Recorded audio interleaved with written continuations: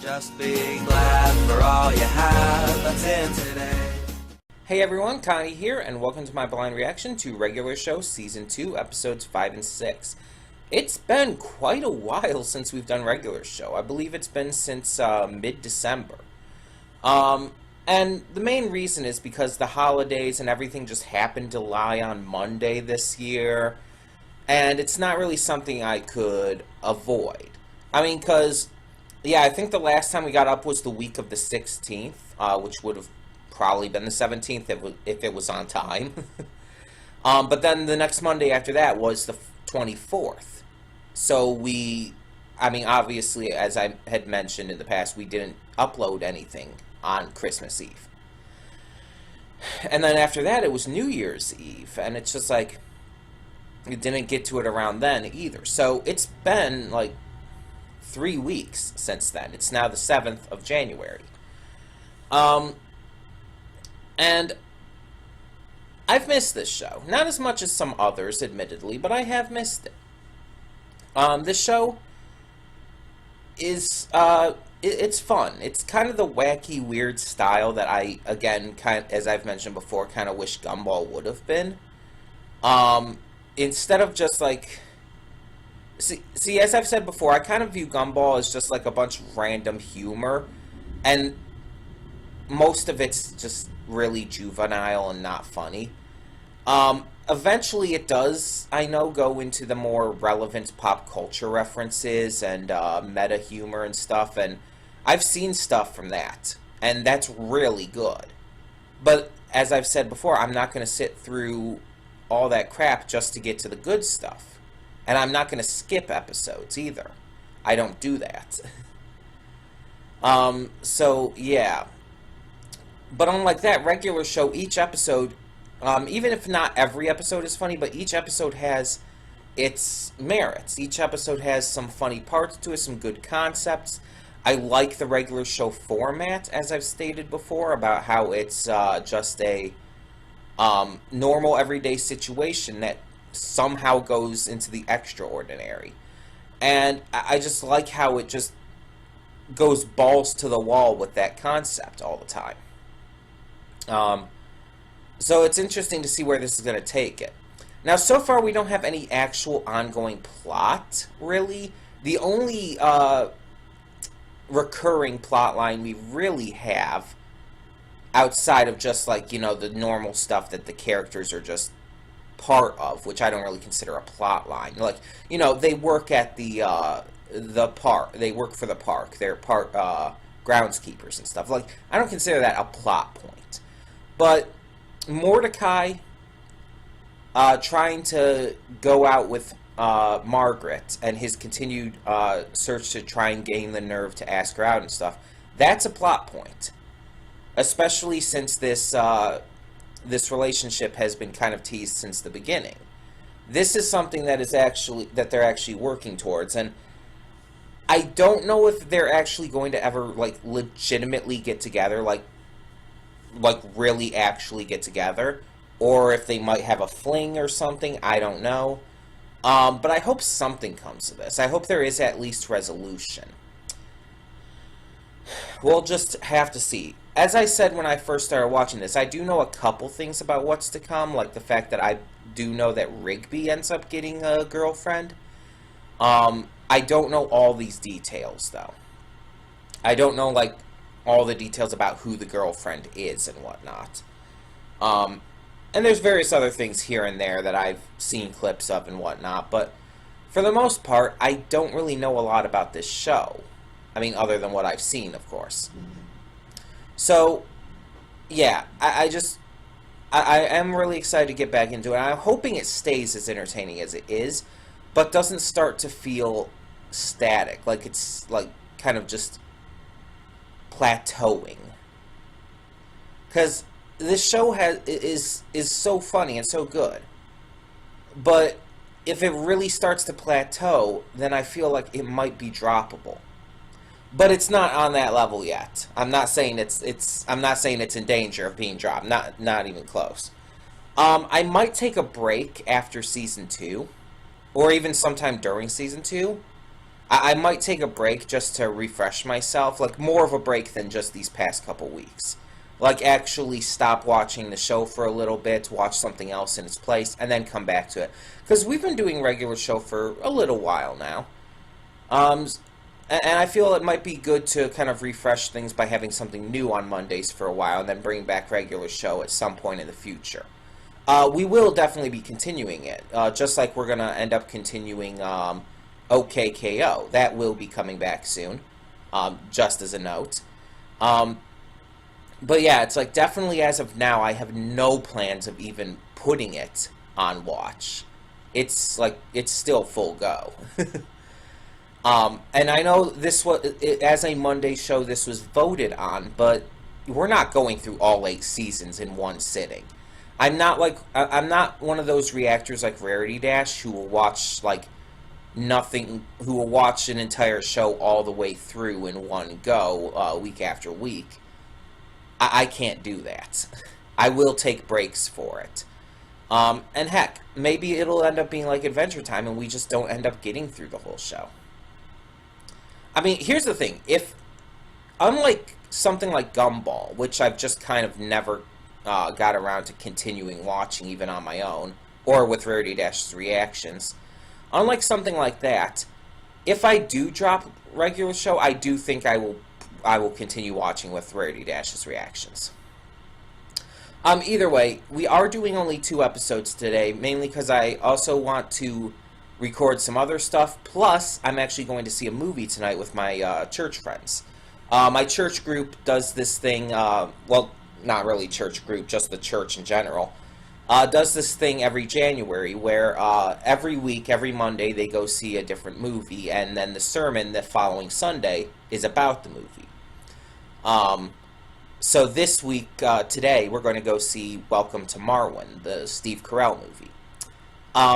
I mean, you don't have to see every movie. I might see one other movie, but I'm not sure. I'm not seeing... next week is Mary Poppins Returns, and I don't plan to go see that with them because I have no interest. And then the week after that is Bumblebee. Originally, it was supposed to be Aquaman, but it was changed to Bumblebee, which sucks because I really want to see Aquaman, and I'm probably going to end up seeing that with my sister next week instead. But I have no interest in Bumblebee. I've lost all interest in Transformers, pretty much anything at this point. And then after that is The Upside, which is the Bryan Cranston movie. I think it's also Kevin Hart. I'm kind of interested in that because I love Bryan Cranston. I love Breaking Bad and other stuff he's been in. The newer Legendary Pictures Godzilla movie, stuff like that, and he's just a phenomenal actor. And it looks like a fun, interesting movie. But I don't know if I'll see that one. Anyway, not the point. But yeah, I'm going to go see Marwen tonight with my church group, all of those who are going. And because of that, I just have a lot on my plate to get ready for that, and we're leaving probably like between 6:15, 6:30 to go there, because the movie actually starts at 7.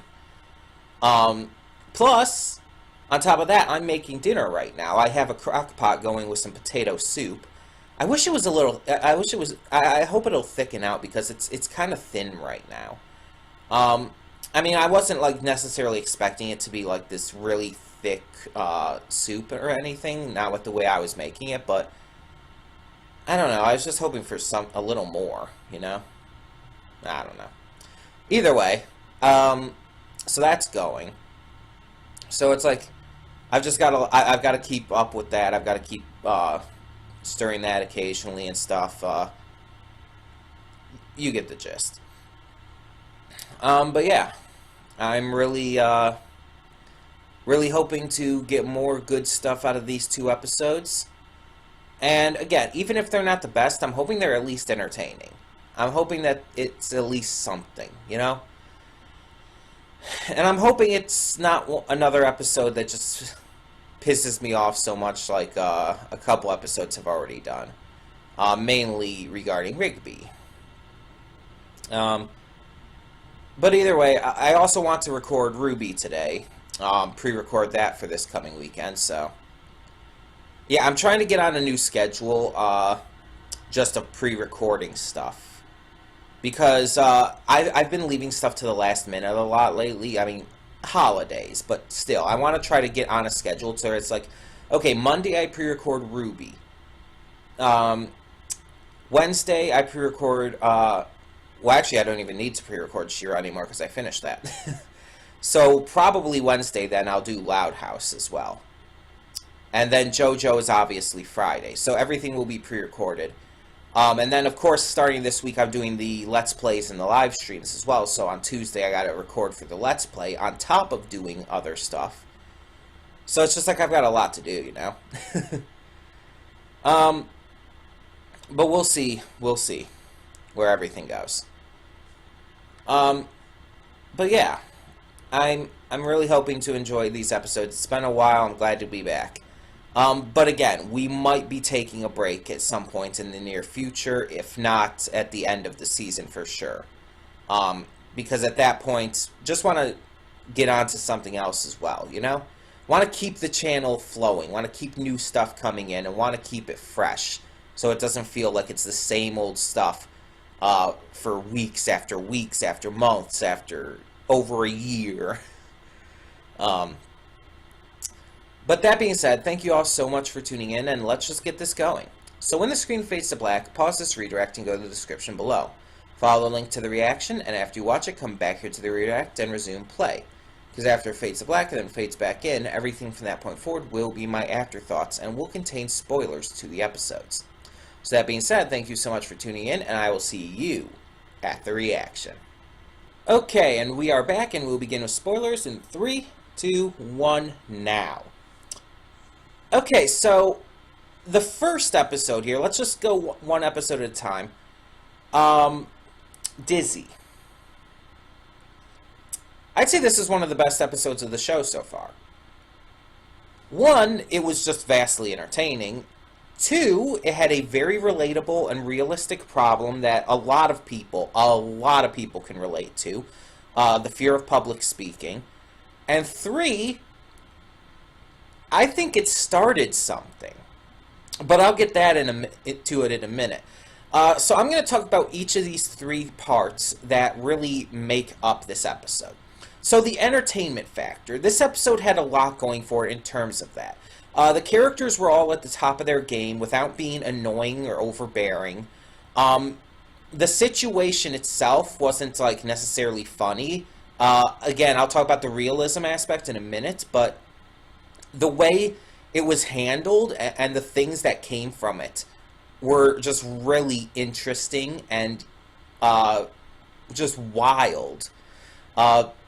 The kinds of the extraordinary way that this turned out, as regular show episodes do, was really interesting. It was really funny. It was really unique. I like how the mind world, Mordecai and Rigby reflections, I guess you could say, were just, their names were just Mordecai and Rigby backwards, clearly. But then, let's move into the aspect of the relatability and the realism behind the issue. So, as I mentioned, each regular show does have its format. It's a regular, everyday kind of situation that leads into something that's really out of the ordinary and wild and weird and supernatural and whatnot. So the ordinary situation is that Pops has to give a speech. His father is unveiling this new statue in the park, and he wants his son to give the unveiling speech, which we find out later on is extremely short and just like, oh, we're unveiling the statue. That's pretty much it. Which was really funny in and of itself. It was definitely a good, what's the phrase? It was a good way to go against expectations, let's put it like that. There's actually a phrase, I just can't think of it at the moment. But, so, Pops has stage fright. And as I mentioned during the reaction, I used to be that way myself. I've talked about it before, but in real life, outside of, like, doing these videos and just being on social media and stuff, I'm actually really like shy and timid around people. Even around family members, I have a hard time starting conversations or have a hard time figuring out what to say. When I'm at most family gatherings, like holidays or whatnot, most of the time I'm sitting by myself doing my own thing. I only talk to someone if they initiate conversation. And a lot of the time I'm just very, very awkward and timid. And I used to be that way in most situations. Um, but when I started going to conventions, I also started hosting panels. And obviously, if you host panels, you have to speak during them. And you have to speak in front of what can sometimes and even usually be a pretty large crowd. And through these panels, I've gotten to come out of my shell a lot more. I've been able to learn how to, well, do public speaking, how to be able to speak in front of people, to the point where now I look forward to hosting panels to a much higher degree, and I actually want to keep doing these kind of public speaking like things. No, not like all the time or whatnot, but mostly just at conventions. But still, the fact is, I still look forward to this stuff because it's allowing me to come out of my shell, allowing me to break that timidness away a little bit, and in the end, it's fun in a lot of ways. Even if I'm not the best at speaking, uh, even if I'm not avoiding being awkward at times, I'm still doing it, and people enjoy it. I mean, I host a panel at YomaCon. I've done it for the past 2 years now, 2017 and 2018. It's called LGBTQ Representation in Media. It's basically where I just talk about LGBT characters in media, like TV shows, movies, video games, comics, that kind of stuff. And people actually asked me during the 2018 one at the end if I could actually make it longer next time. They want me to extend my panel because they feel like 1 hour is just not enough time, and they want more of it, and that's awesome. But continuing on just from everything. So Pops' stage fright here is great. It's really realistic. It's believable. It's something a lot of people can relate to. And it just feels natural. Plus, as I mentioned, Pops in this episode was still a little silly, yes, but this was honestly the most normal and natural he's seemed. I mean, outside of when they went back to the 80s and we saw how Pops became like he is. Pops has been kind of goofy and silly and weird and everything, but in this episode, he didn't seem like that. He actually seemed like he had this intelligent thought to him, like he wasn't just some goofy, silly, random, kind of out there kind of guy. He actually was thinking intelligently. He had a good head on his shoulders, let's put it that way. And he was just really like top of his game. Like it was wild to see him make that kind of a change. It was kind of surprising because again, he's always been the weird one. He's always been goofy and silly, and it's like he tries to pay with lollipops and stuff. But then you see this and it's like he's forming rational thoughts. He's forming full complex sentences and ideas. And it's like he almost seems like a different character, but at the same time it feels so natural in its execution. But the big thing to talk about is what this might be setting up. So, when Pops got too dizzy, his consciousness fell into his own mind. And apparently, other people can fall into his mind, I guess, when he's dizzy as well. I guess dizziness is like the key to going into his mind. So, inside his mind, there's this like alternate world, basically. where obviously there's no no speeches and whatnot. Everybody, like Mordecai and Rigby in that world, seemed to almost kind of be in charge. They were much more like much more refined, and their names were just backwards, of course. There are also all these other demonic-looking creatures and whatnot. But I think the thing really to take away from it is Pops, I don't think, is just some normal, random, goofy character. And here's why. Like, this show has done some weird things. We've had the entire the master prank caller, who's apparently a living phone, and all the stuff about going back in time and whatnot, and just so many really weird things. There's been that not really interdimensional, but those dimensional baby things who were giving Skip's eternal life and all, and just so many weird things. But at the same time, this doesn't seem like that. The way it was executed does not seem like they're trying to make it out to be the same kind of thing. This seems more important. This seems like it's actually building to something. Like, this is going to come back, and it's going to be big. Like, it's almost like this is our first hint of what the true story to this series is going to be. And I am really pumped about that. I don't know, something about the way it was handled, the way that part of the episode, that aspect of it was written. It didn't seem like just another wacky, weird thing. And heck, I would even go out of my way to say that this is kind of making me think that all these wacky, weird, interdimensional time travel things that are happening might be connected to Pops now. I mean, that's just a guess at this point. I have no idea how. I have no idea if Pops' father even knows about it. I don't remember his name at the moment, by the way. I don't know any of this kind of stuff. I'm just, like, saying that this seems like, again, just the way it was written, the way this episode was handled. Like, look back on this episode. It was actually written in a very serious manner. This was not written out to be anything really funny or silly or goofy or anything. It came across as this was meant to be taken seriously. And Skips understood what happened, and Skips seems to know about all of this weird, wild, crazy stuff. So it's like, there's something bigger happening.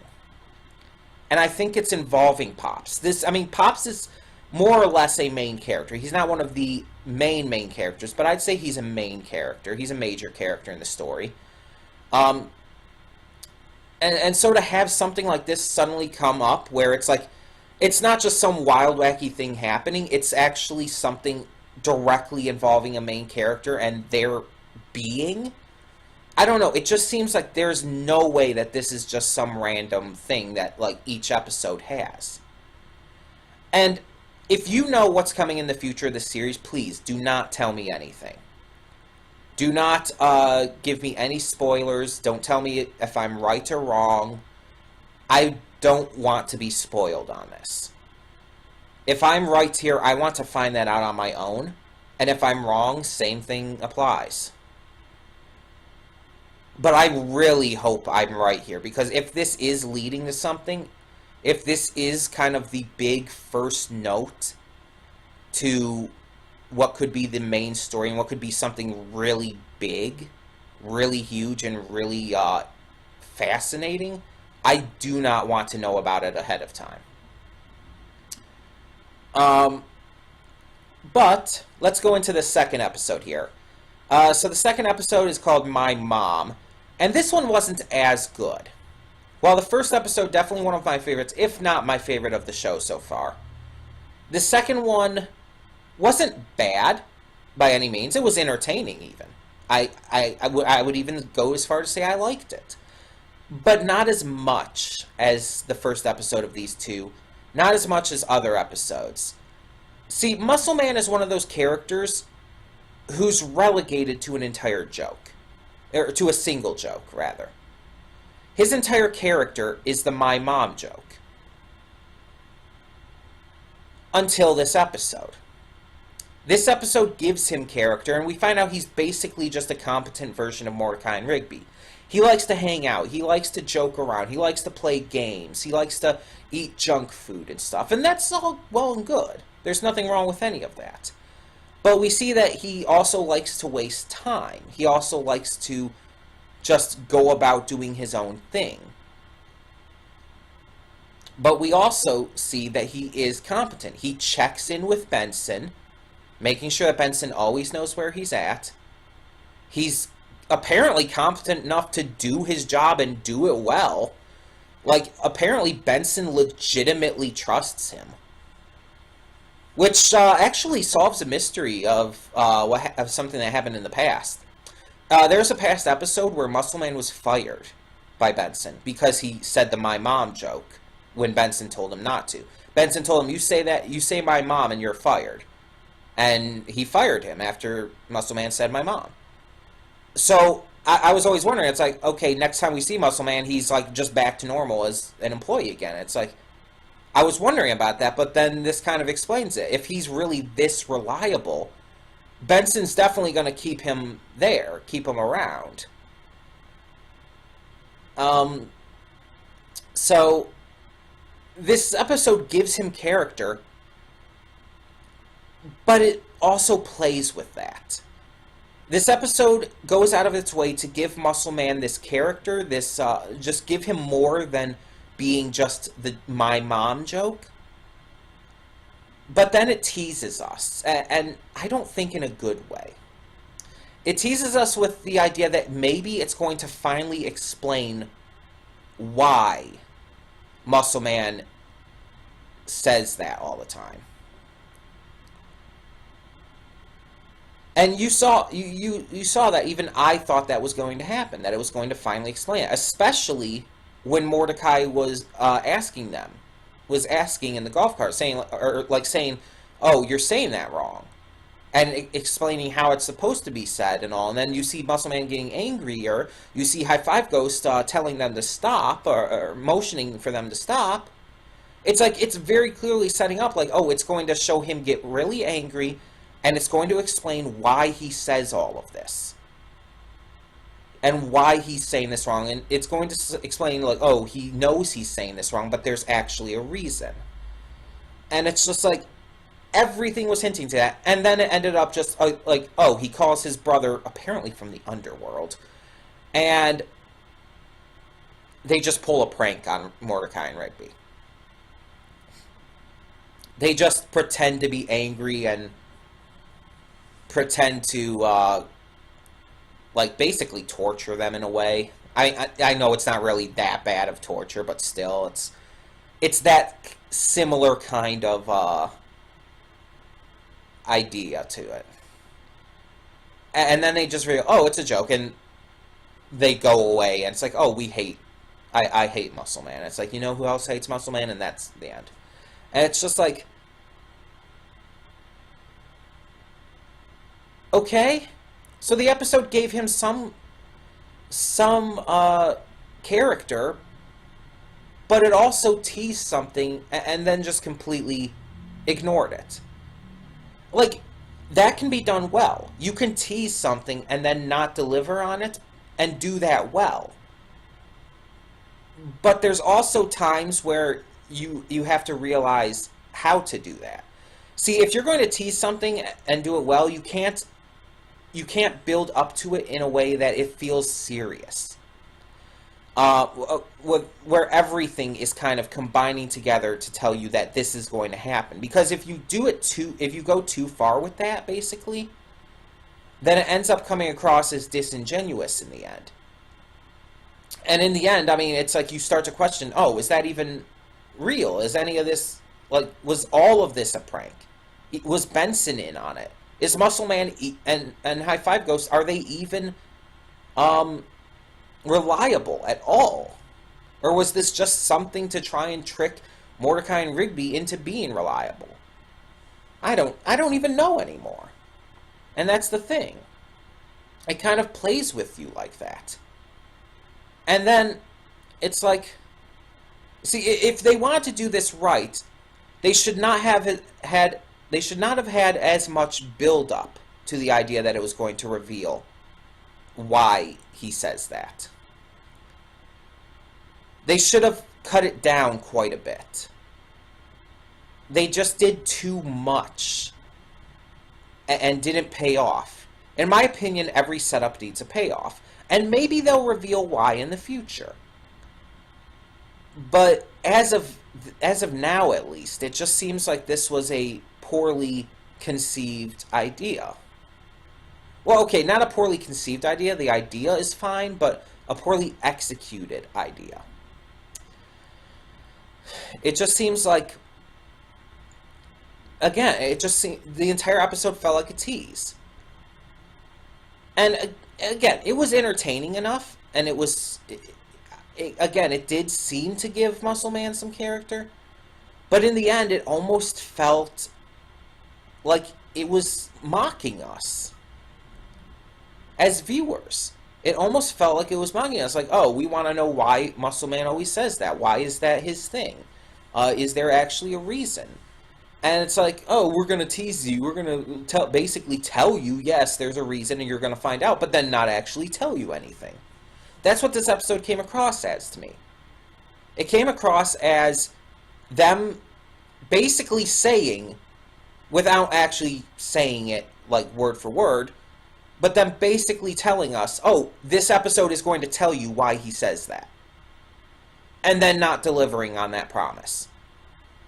And again, you can do that. You can do a misdirect very well. A lot of shows, a lot of movies, a lot of games have done misdirects very well. And a lot of those have also kept secrets that have never been revealed. But none of those, at least none of the ones I've seen that have done it well, have done it in this way. Have done it where they force the idea that, yes, you're going to find out.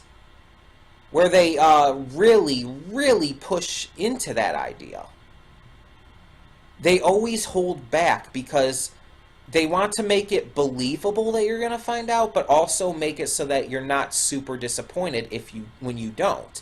And instead it comes across as funny or entertaining or clever. So, because if you push it too far and push the idea that you're going to reveal this and then you don't, it just comes across as a tease. It comes across as lying. It's like,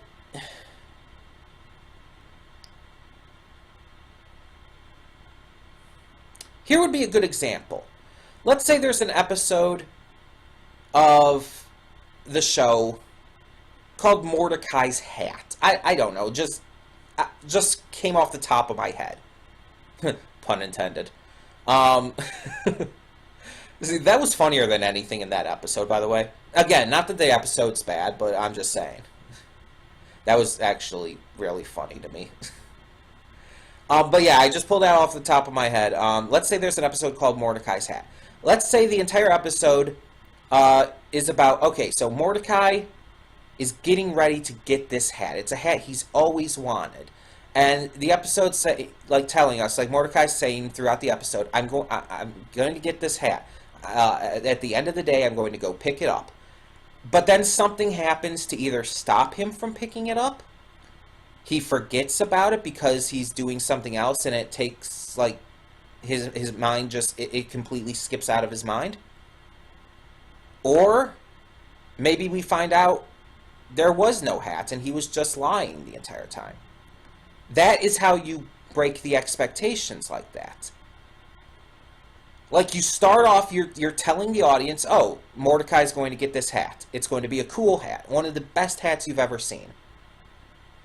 But then but then in the end, he doesn't get the hat. You never see a hat. There's no even hints that the hat even really exists. Because something happens to stop that. That is how you break the expectation of getting the hat. You change the narrative. You make it so that,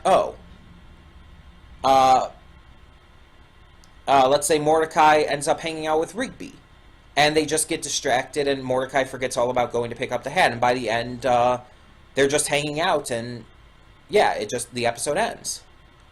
Or let's say Benson sends Mordecai to do something, and in the end, he just loses track of time. Or etc., etc. That's how you could do that. But instead, even in the end, the big climax was Mordecai asking, explaining that that's not how the joke is done to Muscle Man. And Muscle Man gets angry, and the entire thing, like, the anger, which we know is fake, but the anger was all about, like, you're making fun of my mom. And it really, at that point, came across as they're about to reveal why he says this. And my mind was thinking, like, oh, maybe it's like a thing like, oh, if he makes fun of his mom all the time, if he says that kind of thing, no one else will actually be able to. No one else will do it because it's like they'll feel it's pointless. And that way he never has to actually hear anybody hurt her, because maybe someone did in the past. And it's like, that kind of thought was going through my mind. But then it's like, it never goes any further than that. It's like he and his brother get angry, and it's like, oh, look at this picture of our mom. Kiss the picture. Grill the picture. Eat the picture. And it's like nothing ever actually comes of it. It's like nothing is explained on why he says that. And in the end, he just says it again and rides off. Nothing comes of it. That's not the same. That's not breaking expectation. That's just forgetting your promise, basically, as I said. It's going back on what you promised was going to happen up until like a couple minutes before.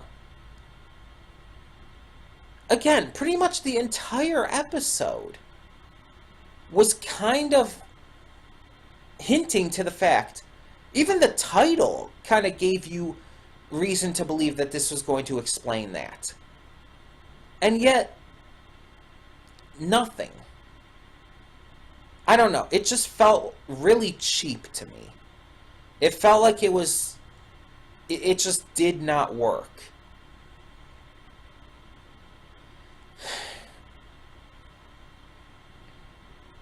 But again, the episode wasn't terrible. It wasn't... I wouldn't even say it was bad. I'd say it was even good. I enjoyed it otherwise. But that one thing really bothers me and hurts the episode for me. Because in what could have otherwise been an amazing episode that really, really gave some depth to Muscle Man's character, it instead basically makes you question if any of the development he got in this, or rather characterization, was even real. And at least it did for me. I just feel like this episode was really disappointing. And it sucks coming after episode 5, which was really phenomenal. And really gave us some build-up. Or at least potential build-up. But, in the end, I did still enjoy both of these episodes. And I want to hear your thoughts. Tell me in the comments below what you thought of both Dizzy and My Mom. What did you think of these episodes? What did you think of the possible setup in Dizzy? Once again, no spoilers. Just tell me your thoughts based on what we've seen here. And what did you think of the missed opportunity, or rather, just completely ignored promise that My Mom, the episode, made? What do you think of how this episode basically told us one thing and then completely basically said, fuck you, we do what we want? Tell me your thoughts on all of that and more in the comments below, and thank you so much for tuning in. I'm Connie, and I'm signing off. See y'all next time. And though you've come through many obstacles,